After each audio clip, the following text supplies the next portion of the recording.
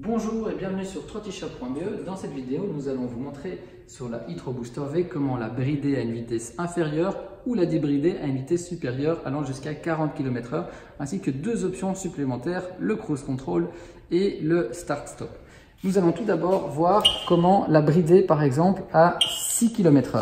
Pour ce faire, nous allons appuyer sur le frein, l'allumer et nous allons arriver dans un menu L1, L2, L3, L4 et L5.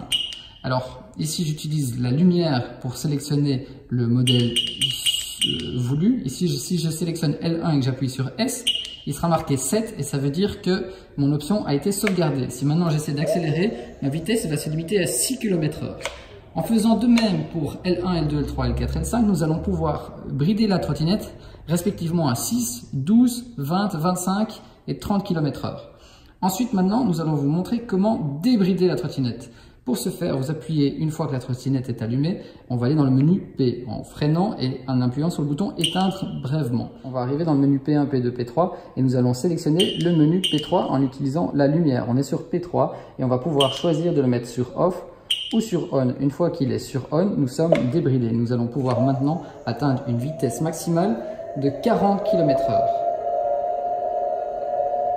Si pas même un tout petit peu plus. Attention, on a constaté qu'en débridant la trottinette électrique à 40 km/h, elle avait beaucoup moins de pêche dans les montées. Donc si vous sentez que vous n'arrivez plus à monter une montée à vitesse confortable, simplement faites la manipulation inverse. Vous allez retourner dans le menu P3 et la remettre en débridé. Ici maintenant, nous avons également P1 et P2. P1, si je l'active, c'est le Start Stop. Ma trottinette n'accélère plus. Je serai obligé de m'élancer avant de l'accélérer. Ensuite, si j'active le menu P2, c'est le Cruise Control, c'est-à-dire que si j'accélère à la vitesse et que je lâche mon bouton, elle continue à accélérer. On appelle ça le Cruise Control. Nous conseillons de ne pas activer le Cruise Control quand c'est la première fois que vous utilisez la trottinette. Il vaut mieux déjà avoir une bonne semaine, si pas 2 semaines, de conduite avec lesquelles vous vous sentez à l'aise avec vos réflexes sur la trottinette.